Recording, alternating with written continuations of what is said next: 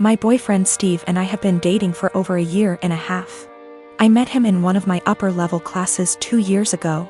At the time he was finishing up his degree, before moving on and working on his master's. Since we started talking, seeing each other, and dating casually, I really loved our entire relationship. Steve and I had a lot of similar interests, which included traveling. We did a small trip to South America a couple months ago for a few weeks, Peru and Chile. We had an amazing time. It was once we got back from our trip that I saw our relationship in a whole different way. We traveled well together, and bonded in a new way. I knew I was in a great relationship.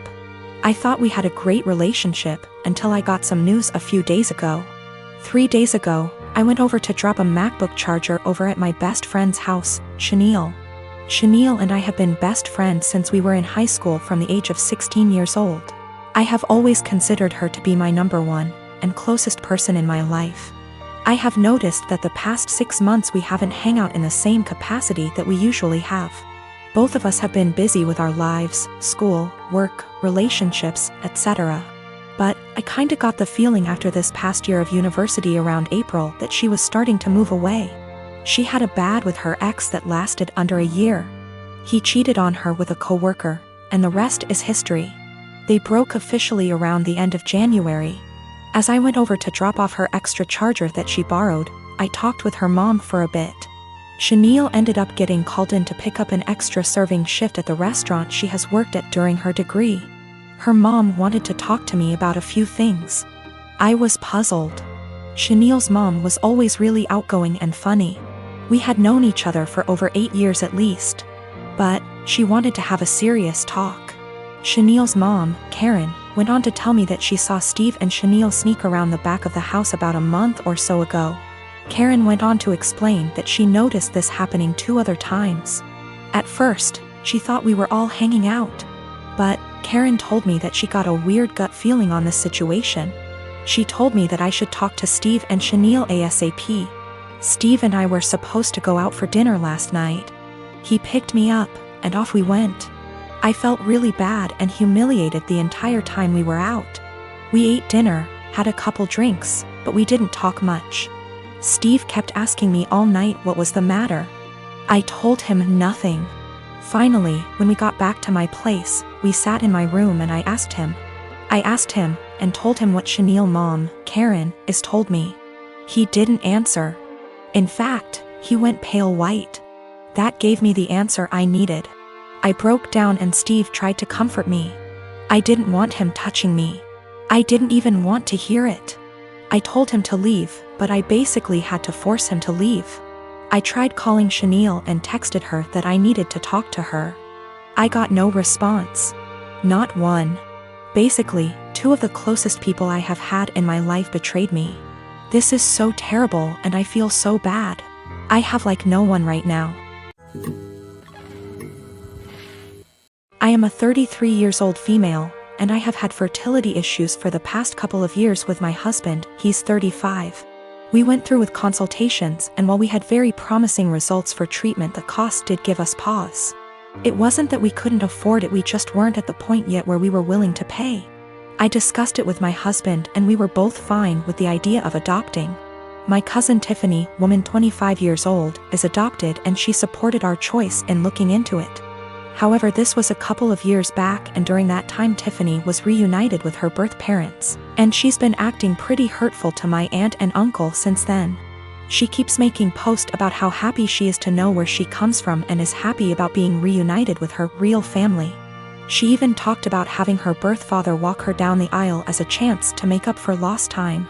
Obviously my uncle was very hurt about this, but when he voiced it Tiffany got defensive. She called my uncle selfish, how this was about her and that he knew what he signed up for when raising someone else's kid. Before the pandemic Tiffany moved closer to where her bio mother lived so they could make up for lost time. And Tiffany kept making post after post about all the fun she was having meeting relatives. And how she called back / video chatted with each of her bio parents multiple times a week. Meanwhile, she barely texted back my uncle and aunt once a month. I could tell how heartbroken my aunt and uncle were but tried to give Tiffany her space, and the few times they said anything she accused them of being selfish and unsupportive. I think the biggest thing that broke them was when Tiffany promised to come by for my aunt's birthday and was even given the money to travel to them, but then never showed up. She called literally the day before to say that her bio mom had an emergency, so she wasn't going to make it, but didn't give back the money. I am completely disgusted by Tiffany's behavior, and while I haven't completely ruled out adoption entirely, I did want to give medical-assisted conception a try. My husband supported this, and we are now currently expecting. After we made our announcement, Tiffany messaged me asking why I would spend thousands on creating a child when I could help one who already existed. I tried to play it off, but Tiffany kept pressing and calling me a bad person when there are so many children who desperately need a home, and overpopulation. It got to the point where she was pissing me off, and I just came clean and said that her behavior towards the people who loved and raised her was the reason. Tiffany got really upset, but I didn't care. However, her parents are now starting to say that I was wrong. I have been with my partner for 7 years. We initially met online, and after meeting in person a few times and realizing our affection for one another, we found it promising to move in together. I moved from California to Pennsylvania to be with him throughout graduate school. All was seemingly well during this time. I have never really had any reason to not trust him. I encouraged him to, very much so, to try his best to make friends, or to explore hobbies on his own outside of the various ones we share, because I have my own passions. And I found we connected most when we met in the middle through conversations about these passions, through the act of explaining or showcasing what we've taken in or learned. Throughout these 7 years, he has struggled with very low self-esteem, and though I don't necessarily think of myself as the pillar of self-love, the depth of mine doesn't reach the low perception of his self-value. Because of this, he has seen and stopped seeing both a counselor and a therapist, and has been on medication to help for the last 6 months. Things were seemingly well between us, and continued to be pretty fluid.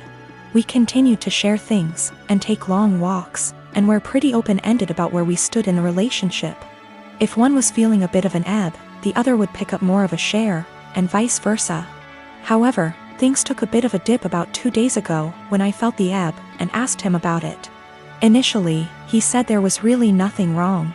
And perhaps I was just feeling this way because with our schedules we haven't been able to see one another for long periods of time like we are used to, which is true. But the feeling continued to irk me, and when I asked about it a second time, he confessed to me he had begun talking to another girl from another country via Instagram direct messages.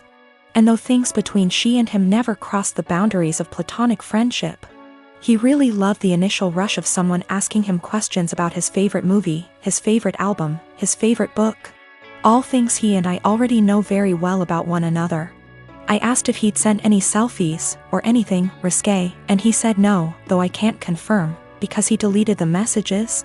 A good deal of me believes him, because of how open he was about the initial conversations to begin with. We slept apart, and I just felt really confused the entire night, because I couldn't really resonate with wanting that sort of attention from someone else. If anything, his yearning for that type of attention sort of hurt.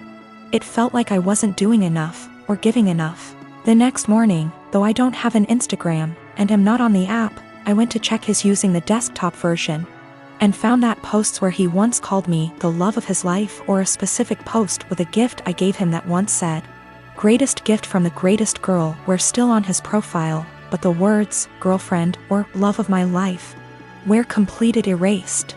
With this realization, my confusion and hurt turned to very real heartache.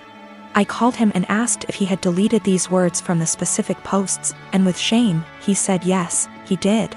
When I asked why, he said it was because he just didn't want the attention from the girl asking him about himself to be disrupted if she found out he was in a long-term relationship. I guess this is where I asked the obvious and questioned why someone who is just asking about your favorite books, movies, etc., would be driven away by the fact that you have a girlfriend. And he said he didn't know why he did it, and that it was a massive mistake.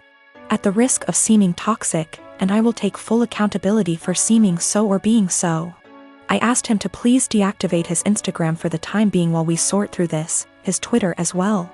He did, and though I was feeling a bit of relief about that, I couldn't help but feel a bit saddened that he didn't choose to do that on his own for the benefit of our relationship. He had to wait for me to ask. Which again, just made me feel like such a toxic and controlling partner. Two things I always strive to be so far from. When he got home from work, we discussed everything at massive length, and he continued to swear up and down that these conversations pertained strictly to music, movies, and books, and he didn't have interest in her. Just interest in the initial rush of the attention he was receiving. We read a few articles, and he broke things down to me as his self-esteem has never been lower. Despite his career as a doctor being at a high, and his finances in order, he felt things with his music weren't taking off. And with that came a feeling that he wasn't special, and it was nice for someone to make him feel that way. I felt shame and asked him if I wasn't doing enough or giving enough to him to make him feel that way. He said, I defiantly was. But my love, and attention and affection, became a pillar he could rely on, and got used to, so with new attention came a rush. And he liked that. I asked him if he wanted to be single, and find that rush in dating new people. And he kept insisting that that's so far from what he wants. He wants to remain a couple, and do all he can to work on these things together. Though I can't help but correlate that feeling he enjoys with the feeling of a first date. Which hurts, of course. I told him I didn't really see how we could move past this because there was nothing much for me to make an attempt to work on moving forward. This seems to be a self-stemming problem that I emphasize with, but just don't want to be on the receiving end of the counter effects. So though it is incredibly uneasy to begin to think of how difficult it'll be to begin again, it is just as difficult to think about how difficult it would be to stay and try to rebuild back up an issue that I feel like just a bystander. When it comes to this has all been very painful, and if this comes to an end I just want it to be as civil and as possible. He deserves to love himself, but not at the expense of the love we have between us. I deserve love that is stable and comforting, and not laced with newfound paranoia. Despite this all, my heart is still very much in this, of course, and he has been very vocal about how it was just one mistake. Nothing happened, we can work through this, etc. And I secretly keep hoping he will make a step, any step really, to showcase these words and implement action. Seek a new therapist. Find the two of us a relationship counselor, buy a book on self-help or on how couple conquer affairs, anything at all. Without me having to be the one to ask him. I just want him to have that yearning that he continues to say he has, but instead of saying it, I was him to show me. That makes me irrational or just plain dumb. I believe to be in a state where I can handle either answer. Or something completely different just the same. Do all think I'm blowing something completely out of proportion? Given how this was an exchange of conversation between him and another girl for just a few days. And his erasure of me on his profile was only for about 2 days? This has been a first in this relationship, this has been a first in my life truthfully. I just felt completely vulnerable and isolated. I am 17 female, have a child Aaliyah, she is 6 years old, with my ex Jacob, he is 33 years old. He has a new girlfriend Regina, she is 27 years old.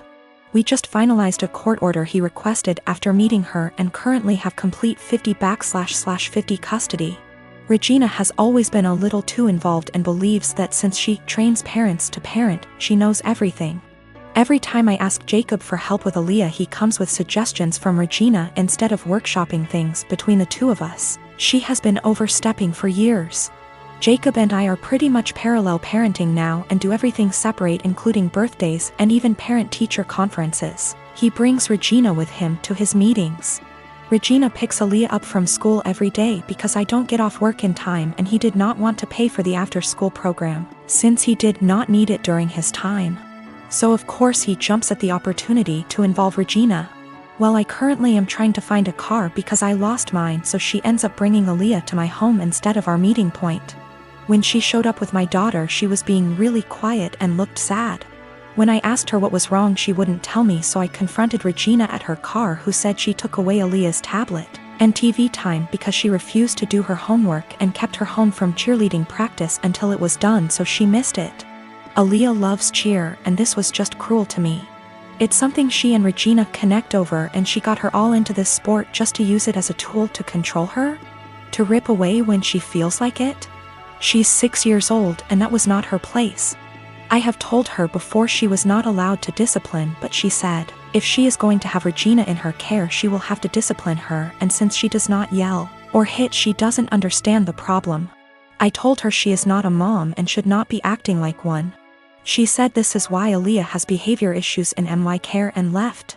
I called Jacob and demanded that Aaliyah is put in the after-school program, and he refused, saying I was being ridiculous. But the parenting plan says no cruel punishments and that only the parents should lead most discipline. If he's doing what she says all the time, how is he leading? Now she is refusing to bring her to my home and I have to Uber to the meeting point, which is costing me loads of money. Is this something I take them back to court about? Edit to add that she keeps her for a couple hours after school until I get off. That's how she had enough time to discipline her. Yes, there is a clause about meeting partners. She's been around a few years, that's not the issue. She's just too involved in parenting and has been for a while.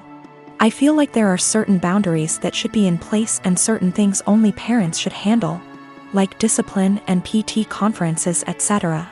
She claims she kept trying to get her to do her work, but she just refused, saying she wanted to play on her tablet instead. She should have called me or her dad when this happened. Cheerleading was Regina's idea. She was a cheerleader and pushed for Aaliyah to join. Aaliyah fell in love with it, and now I feel that Regina is using that to control Aaliyah. Do what I say or no cheer. She's 6. If she kept refusing to do her homework she should have called me to discuss a consequence. If she's alone with Aaliyah during either parent's time she needs to discuss with both parents what the course of action should be for discipline. She is not a teacher. She is not a professional we are paying for, therefore guidelines need to be followed.